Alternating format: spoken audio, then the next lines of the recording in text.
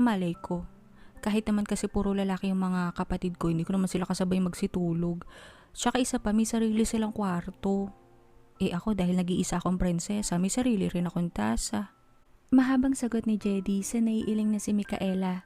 Napag-usapan nila ang nangyari sa dalaga at kay Emmet nang umagang sinilip sila ng mama niya.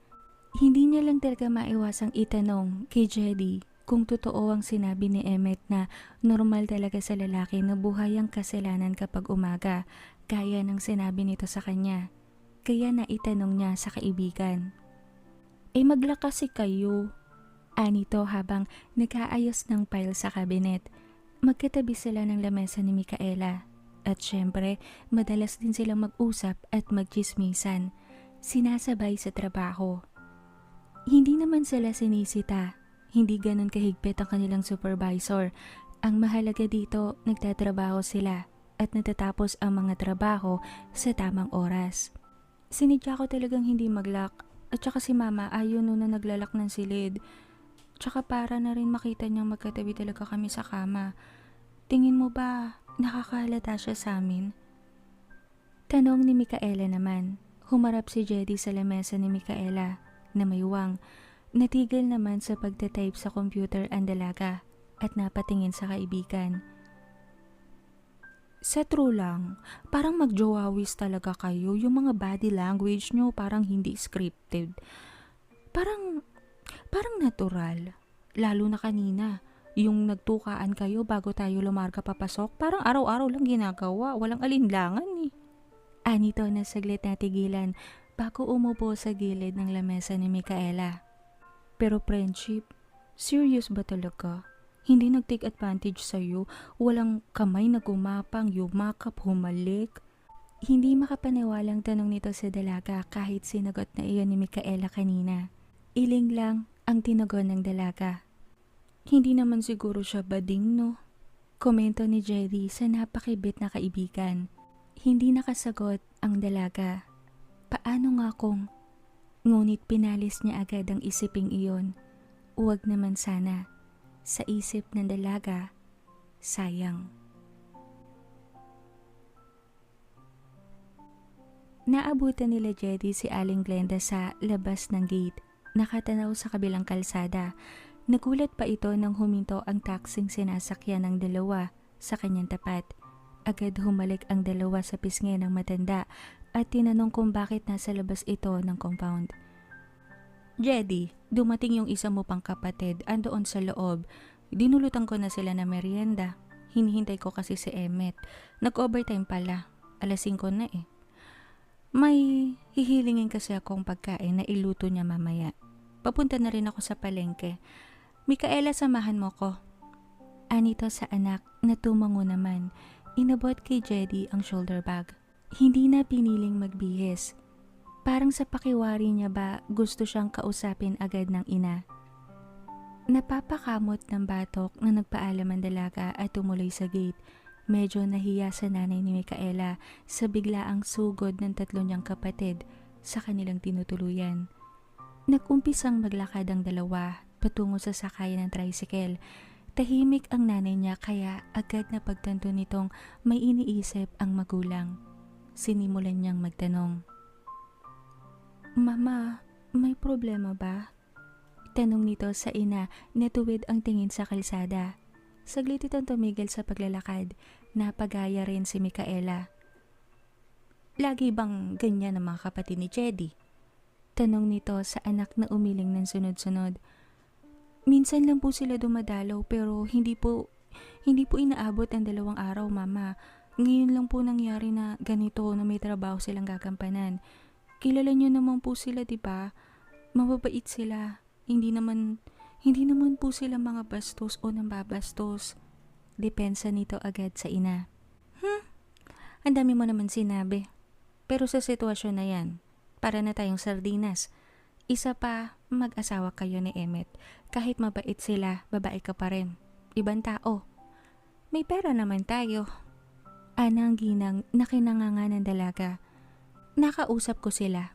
5 buwan raw ang kontrata sa trabaho. 5 buwan silang maninirahan sa apartment nyo. Maaari sa'yo walang kaso, sa asawa mo. Hindi kayo makakapaglambingan yan kung maraming tao sa paligid. Kahiya-hiya yun kapag nagkulong kayo na alam ng mga tao sa labas ang ginagawa nyo. Hindi. Ayokong mangyari yun sa'yo. Mahabang sagot naman ni Aling Glenda sa napalunok na anak.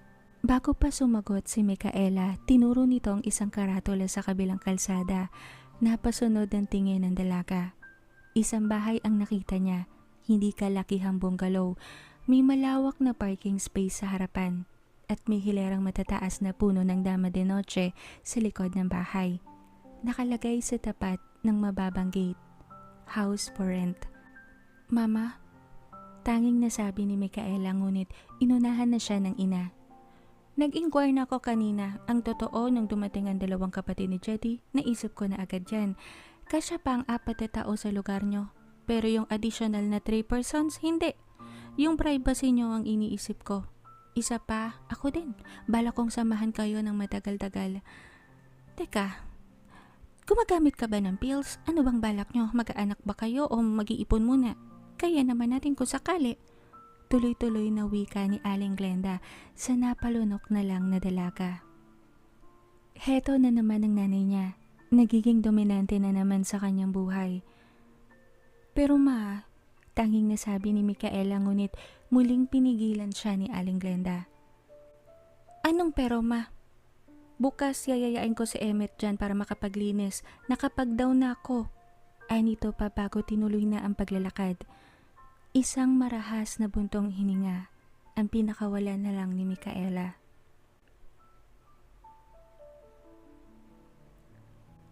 Nang makabalik ang mag-ina sa palengke, sakto namang papasok ng gate si Emmet. Hinintay nitong lumapit ang dalawang babae sa kanya. Akmang aagawin niya ang supot na dala ng matanda, ngunit iniwas agad iyon ni Aling Glenda. Sa halip, tinaas nito ang kanang kamay. Nagmano ang lalaki at humalik sa pisngi ng dalaga. Tila walang anumang sinalikop ang isang kamay sa kamay nito. Marunong ka bang magluto ng putaneska?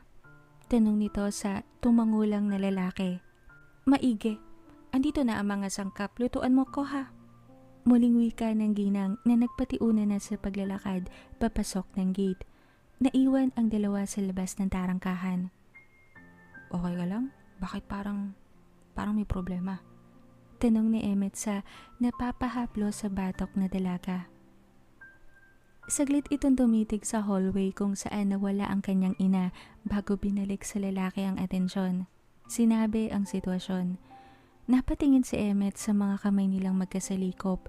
Tila pinili ang mga salitang bibitawan. Si Micaela naman ay hindi maiwasang mapatitig sa lalaki.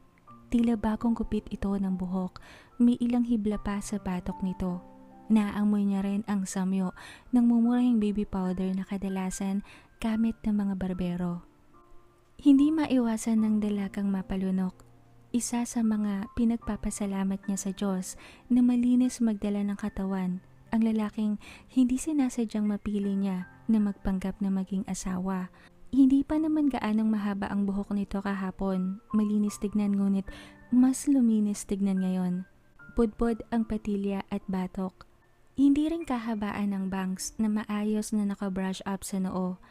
Isa pa sa mga nagustuhan niya kay Emmet, budbod ang kuko nito sa bawat daliri, maging sa mga paa. At nang minsang mapalapit ng konti sa lalaki, bagamat hindi mahilig magpabango ito, walang ibang amoy sa katawan. Malinis rin ang tenga. Tuwing umaga pagkatapos nitong maligo, nakikita niya itong gumagamit ng cotton buds para roon. Sinasabay rin ang paglilinis ng ilong.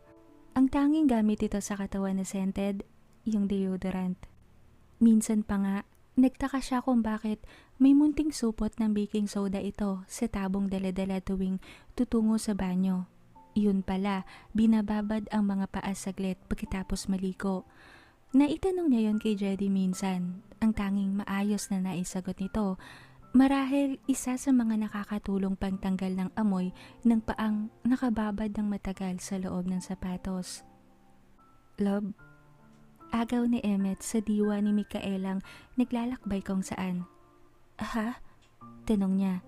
Tila sila natigilan saglit nang kapwa mapagkuro ang tinawag sa kanya ni Emmet. Sorry. Ikaw kasing nagpauso nun eh. Wikang paumanhin naman ni Emmet sa napangiting dalaga. Hindi, okay lang. Maganda nga yun para masanay tayo. Ano nga ulit yung sinasabi mo? Sorry, may naisip kasi ako bigla. Tanong ng dalaga na saglit na papasulyap sa magkahawak nilang kamay. Bakit ba ngayon lang niya napansin ang ganito? Tila kay sarap sa pakiramdam ni may kahawak ang kamay. Buti na lang, hindi siya ganoon kapasmado. Ang sabi ko, natural lang na isipin nyo ng mama, hindi biro yung dalawang lalaking dumagdag sa bahay. Tapos ito pa, may isa pang dumagdag. Kahit sabihin na kilala mo sila, lalaki pa rin sila. Oo nga't bukas ang isip niyong magkaibigan. Walang problema kung hindi tayo mag-asawa o wala kang asawa, kaso nga yun ang alam ng mama. At oo, nakakahiya rin kahit paano kung tatalilis tayo patungong silid tapos andun lang tayo. Sila nasa sala, knowing na alam nilang ginagawa ng mag-asawa sa loob ng nakapinit na pinto. Mahabang paliwanag ni Emmet na kinalunok ni Micaela. Wala namang nangyayari sa atin. Mahinang wika ng dalaga. Kaso nga ang alam nila meron. Pero nasa sayo naman yan kung gusto mo. Kunway kaswal na sagot ni Emmet na kinataas ng paningin ni Micaela sa binata. Biro lang. Pero ito yung mapapangako ko sa'yo. May mga kapatid akong babae at malaki ang respeto ko sa kanila, lalong-lalo na sa nanay ko. Hindi tayo hahantong sa ganun, unless may consent galing sa'yo. Seryosong wika naman ni Emmet. Galing sa akin, natatawang ulit ni Micaela. Love, hindi naman ako santo. Lalaki ako, natural na napapansin kita. Hindi naman ako bulag. Pero igagalang kita hanggat wala akong matibay na pinangahawakan. Anito pa, na kinatahimik ng dalaga. Yung tirang pera sa wallet na binigay mo sa akin, daragdagan ko yun, pang share sa upa ng bago nating bahay.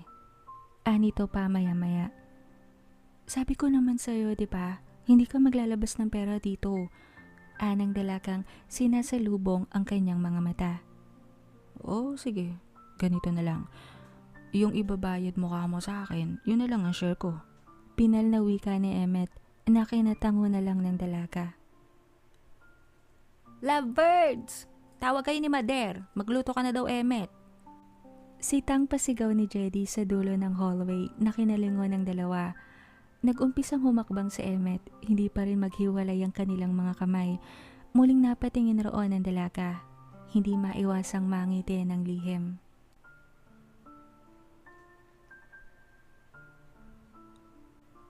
Friendship, sorry ha. Hindi ko talaga alam na lulusob mula sa tribo namin ng mga kapatid ko. Sayang kasi yung trabaho, makakatulong kay inay. Alam mo naman na nakasanla ang lupain namin, di ba? Nahihiya talaga ako sa mama mo. Mahinang bulong ni Jedy kay Micaela nang mapagsolo sila ng dalaga sa kusina. Nanonood ang ginang at ang apat na lalaki sa salas. Tawa ng tawa si sitcom ni Cesar Montano at Maria. Paano'y hawak sa paa at braso si Gary Leasing ng mga preso sa kabilang panig ng rehas. Isa sa mga laging gawe ng ekstrang mga preso sa naturingang show, kung saan si Cesar Montano ay pulis at si Gary Leasing naman ang pinaka-cheap. Ako nga din nahihiya sa'yo. Kung tutuusin, sa'yo walang problema yung pagdating ni Emmet, pati pagtira ni Mama Sandali. Sagot naman ito sa dalaga. Iba naman yun. Iba naman yun sa'yo. Saka sa pananaw nila, may point ang mama mo. May asawa ka. Natural kailangan yung labing-labing na hindi kayo mangangapa kung kailan. Hindi pa kasama dyan yung ilang personal na bagay. Makahulog ang wika ni Jedy na kinakunot ng noon ni Micaela. Ngunit bago pa siya may sabihin, inunahan na siya ng kaibigan. Getsong mo na yun. Saglit na pasandal si Micaela sa tiles na lababo. Tila nag-isip saglit bago nagsalita. Medyo kinakabahan ako, best friend. Mahinang wika nito. Delayed telecast naman yata yung kaba mo. Ani Jedy na sinasalansan ang ilang nahugasang plato. Kasi parang sa iilang araw na nakakasama ko siya, nagkakaroon ako ng melisya. Mahinang pag-amin nito na kinatigal ni Jedy sa pagpupunas naman ng kutsara. Mali siya. Meaning, madaming ibig sabihin ng mali siya, best friend. Anong klaseng mali siya ba? Gusto mo siyang saktan? Nababastusan ka sa kanya? Nagkakaroon ka na masamang isipin? Meaning, halimbawa, inggit, paninigbuho, ganun. Or mali siya as in, naahakit ka sa kanya physically. Uwi ka nito sa dalagang napatingin sa kanya at napakunot ng noo. Sa'yo ko lang nalaman na maraming ibig sabihin ng salitang mali siya. Naiiling na uwi ka naman ni Micaela. Naman, marami talagang ibig sabihin yun depende sa sitwasyon at definisyon. So anong mali siya ang tinutukoy natin? Nagpakawala ng mahinang buntong hininga ang dalaga bago sumagot. Alam mo yung feeling na parang gusto ko siyang halik-halikan sa lahat ng parte ng katawan? Napapayo kong amin ito. Nakinalaki naman ng mga mata ng kaibigan. Maria Micaela de los Reyes! Eksaheradang sita nito. Sa nahampas naman siyang dalaga. Aba Maria Micaela, ikaw ay isang dalagang Pilipina. Hindi natural na mag-isip ka ng ganyan sa lalaking kailan mo lamang nakilala. Hala, magrosaryo ka ng 10 Our Father at 5 Hail Mary. Kastigo nito sa natawang babae. Parang ano ka naman eh. Ungot ng dalaga sa malokong kaibigan. Tinigil ni Jedy saglit ang ginagawa. Luminga sa paligid at muling nagsalita. Ingat ka lang, lalo at hindi naman natin kayang hulaan ang isip ng tao at mabasa ang laman ng puso. Sige na, first mo yan eh. First mong magkaroon ng ganitong interaksyon sa lalaki kaya natural na nakakapag-isip ka ng mga may itim na balakin. Pero pigil-pigilan mo rin. Tandaan mo, mahalaga may consent. Pag sinabi ng lalaki na ayaw niya, tumigil ka kaagad. Kapag sinabing ayaw niya pero panay din naman ang yakap sa'yo, linawin mo pa rin. Alam mo naman ang mga lalaki minsan mahirap espelengin. Kaya napakahalaga ng verbal na pahintulot. Huwag kang magre-relay lang sa mga body language. Nakakalito yun. Kunway pangaral nito sa tumangong kaibigan. Hindi nabanggit ni Micaela ang napag-usapan nila ni Emmett kanina. May mumunting ka ba sa dibdib niyang ayaw niyang bigyan ng pahintulot na mamahay sa kanyang isipan? Tama si Jedy. First time niya to. Natural lang na ma-attach o manibago at mapagkamalang iba ang nararamdaman sa piling ng lalaki.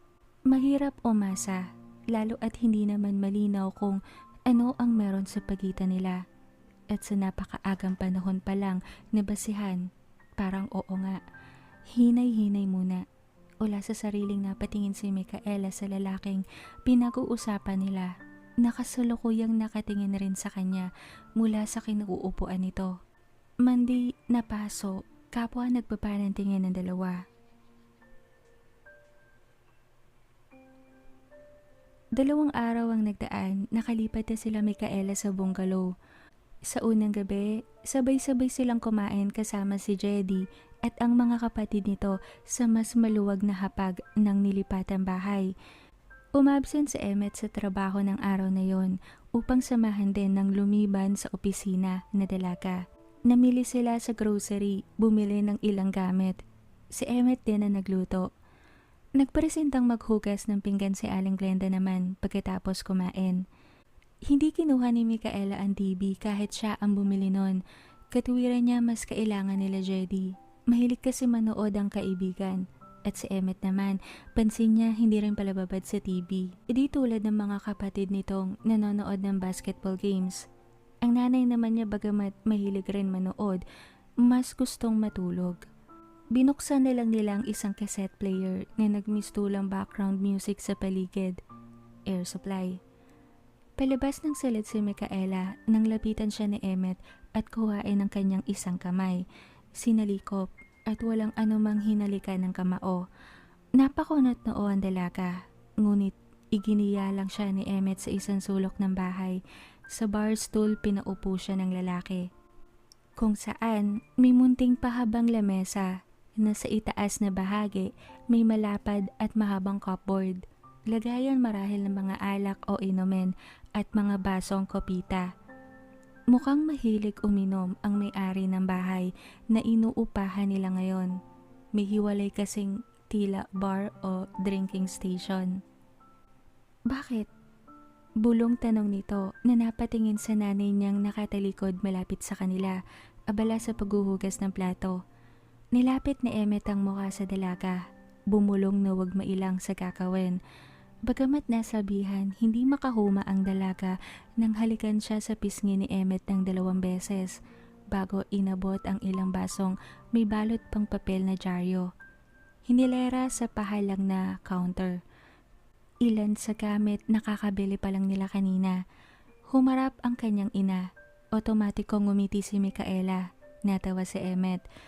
Pagkuway, inasikaso ang ilang basong tinatanggal sa pagkakabalot, bahagyang sumandal sa bar stool na kinauupuan niya. Ang kanyang nanay naman, naiiling na nagpatuloy ng ginagawa. Saglit sumulyap si Micaela sa kaibigang nakaupo sa sopa at kumakain ng ice cream. Nagkukwentuhan naman ang dalawa nitong kapatid, puwera kay Jay, ang pinakamatanda na nahuli ni Micaelang nakatingin sa kanya at nagbawi ng tingin. Kunway sumalo sa usapan ng dalawang kapatid. Ayoko kasi sa lahat. Alam naman na pag-aari na ng iba. Nagpapahalata pa rin. Bulong ni Emmet habang pinagmamasdan kunwari ang baso. Naitapon ni Micaela ang mata sa lalaki. Kumindat ito sa kanya. Alam niya ang pinapahiwatig nito. Hindi lang ilang beses niyang nahuhuling nakatingin sa kanya si Jay, na tila pa sinasadya nitong mahuli niya. Bukod kay Jay, nakita na niya ang dalawang kapatid nitong mas bata sa huli, si Jake at Jeremy. Si Jake kasi ngayon pa lang niya nakilala. Lagi kasi itong nasa malayong lugar na dedestino kapag nagtatrabaho. Hindi rin niya ito nakilala noong bata-bata pa sila ni JD sa probinsya sapagkat lumaki ito sa tiyahin na siyang nagpapaaral rito. Paminsan bumibisita sa pamilya ngunit hindi sila nagkaroon ng pagkakataon na magkasama o magkita. May itsura din naman ang mga kapatid ni Jedy, ngunit marahil dahil lagpas na sa trato ng kaibigan ang turing niya kay Jedy, ganoon na rin ang tingin niya sa mga kapatid nito. At kung sa itsurahan lang naman, mas may face value si Emmet kesa kay Jay. Sa biglang tingin, nahahawig nito si Leandro Muñoz, isa sa mga collab team ngayon ni Jody Ann Santos at minsan ni Claudine Barreto. Sorry, tingin ko kasi nakakalalaki siya ng konti. Pero ano bang alam ko? Baka hindi niya lang talaga kayang tikisin ka. Ako nga hindi ko maiwasang pagmasdan ka lagi. Mahinang sabi pa nito na kinukuyo mo sa maliliit na bahagi ang mga papel na galing sa bawat baso. Tumikhim ng mahina si Micaela. Bago patay mali siyang napatingin sa inang hinihimig-himig ang tugtog sa pinapakinggan nilang kaset. Hindi, wag ka mag-alala. Valid naman yung reason mo Natural na papakuran mo ang asawa mo, diba? Pero salamat pa rin kasi sinabi mo agad yung dahilan. Sagot naman niya sa lalaking ngumiti ng tipid at muling nagbukas ng ilang gamit na huhugasan upang maisalansan sa paminggalan.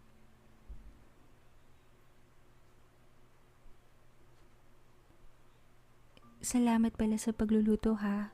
Ang hirap kaya nun. Naku, tataba ata ako habang kasama kita. Ani Micaela sa lalaking humiga sa kanyang tabi. Kakapatay pa lang ng ilaw sa lampshade. Lumaganap ang dilim. Naramdaman niyang kumilos ang lalaki ngunit hindi niya alam kung nakaharap ba ito sa kanya. May kaluwagan ang kamang kinahihigaan nila ngayon, bago ang kutsyon, unan at mga kumot. Bili nila sapagkat hindi gusto ni Micaela ang ideyang gagamit ng kutsyon, mga unan o kumot na ginamit ng iba. Iniwan niya ang karamihan ng mga gamit sa dating apartment. Mas kailangan iyon ng mga kapatid ni Jedy. Wala yun. Yun pa lang naman kasi ang kaya kong iambag ngayon. Anito na saglit kinataas ng mukha ni Micaela mula sa pagkakapatong sa una na yakap. Nakatalikod ata sa kanya si Emmet. Sinamantala niya, tinanggal niya ang una na hawak at umusog ng konti upang hindi kailangang lakasan ang pag-uusap nila. Mahirap na, baka nakikinig pala o rinig ng ina ang pag-uusap nila mula sa kabilang silid. Salamat pa rin. Lagi ako magpapasalamat sa'yo. Kung hindi ka dumating nung araw na yon, malamang nasa probinsya na ako. Baka nagsusukat na ng trahe na hindi ko kakasabik kang suotin. Anang dalaga sa dilim. Ang ganda mo siguro sa trahe, no? Bulong pasagot naman ni Emmet. Natigilan si Micaela. Nung magsalita kasi ang lalaki, tumama sa mukha niya ang hininga nitong samyong toothpaste. Napalunok ang dalaga. May kaba at kasabi kang gumapang sa kanyang dibdib. Dapat ay ibabaling niya ang mukha sa ibang gawi. Ngunit sa hindi niya maipaliwanag na dahilan, ay hindi niya piniling gawin. Good night, love. Anang dalaga. Kiss ko. Kunway biro ni Emmet sa kanya. Tumawa ng mahina si Micaela. Gusto mo ba? Pwede naman. Ano? Walang mali siya? Patol nito sa biro ng lalaki. Ano pa bang itatanggi ni Micaela nag-smack na rin naman sila sa harapan ng mama niya. Ikaw, ani Emmet naman. Lumunok muli si Micaela bago sinundan ang bango ng hiningang tumatama sa kanyang muka. Tumama ang labis sa ilong ni Emmet. Kapwa sila natawa saglit. Akmang babawiin ni Micaela ang muka, ngunit marahang humawak ang kamay ng binata sa kanyang pisngi. Dumampi ang labi sa kanya. Saglit lamang. Napapikit ang dalaga nang bawiin ng lalaki ang sarili. At sinunod bawiin ang kamay sa pagkakahawak sa kanyang pisngi. Akmang kikilos patalikod sa kanya ngunit kusang pumigil ang isang kamay ng dalaga, humawak sa balikat nito. Muling inabot ni Micaela ang labi ni Emmet. Sa pagkakataong ito, sumakto ang tansya. Sinakop niya ang ibabang labi, marahang sinipsip, ninamnam ang sandali. Ngunit biglang lumukso ang puso ni Micaela nang mabilis na nilapit ni Emmet ang katawan sa kanya. Yumapos ang mga braso sa kanyang katawan, bahagya siyang inangat, hindi na niya napaglabanan. Saglit lang, nasa ibabaw na siya nito. Iyakap siya, pinaghiwalay ni Emmet ang mga hita, inipit ang isa niyang hita roon. Ramdam niya, nila, ang kasalanang nabuhay, pumipintig. Katulad ng nararamdaman niya rin ngayon. Bumaba ang kamay ni Emmet sa kanyang likuran. Humaplos ng marahan. Siya naman ay abala rin sa pagsuklay sa buhok nito gamit ang mga daliri sa kanang kamay. Paminsan sumasabunot. Ang isang kamay, pinadaustos niya sa tagiliran nito. Pumipisel sa bewang ng lalaki. Saglit tumantya bago nangahas na pinasok ang kamay sa loob ng short nitong suot. Tumungo sa likurang bahagi, pumisel sa isang pisngi. Pinutol ni Emmet ang halik. Humihingal na napatitig ang dalaga sa kadiliman. Pilit inaapuhap ang mukha ng lalaking alam niyang sa mukha niya rin nakatapat. Sabi ko kiss lang, abusada ka. Maria Micaela de los Reyes.